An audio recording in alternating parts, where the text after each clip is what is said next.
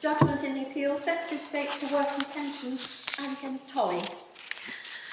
The Court has decided to refer a question of the interpretation of European Union law to the Court of Justice of the European Union in Luxembourg because the answer is not clear. Mrs Tolley had worked in the United Kingdom and acquired a possible entitlement to a UK retirement pension because of her national insurance contributions. But in 1993, she became entitled to Disability Living Allowance because she was so disabled that she could not prepare a cooked main meal for herself. In 2002, she moved permanently to live in Spain. The Secretary of State decided that she was no longer entitled to the benefit because the UK benefit rules provide that the recipient of Disability Living Allowance must be resident in Great Britain.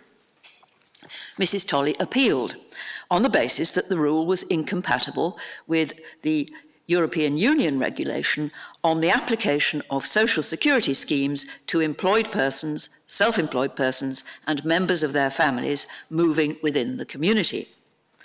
She argued that, by virtue of her membership of the UK's national insurance scheme, she was an employed person for this purpose. The Secretary of State for Work and Pensions argued that she could not be an employed person because this would make nonsense of the careful distinctions drawn in the regulation between employed and self-employed people on the one hand and unemployed people on the other.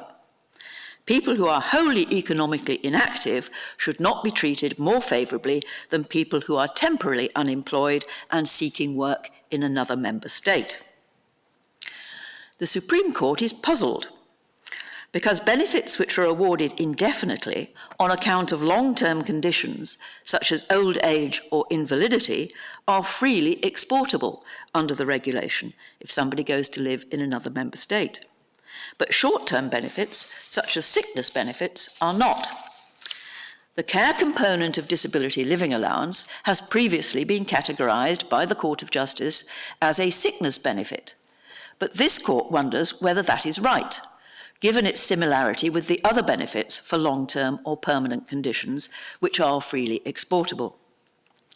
If it is right, there remain difficult questions about how the regulation is to apply in a case such as this, to which the answers are not clear. And as the final court of appeal in this country, the court has a duty to refer to the Court of Justice of the European Union for an answer.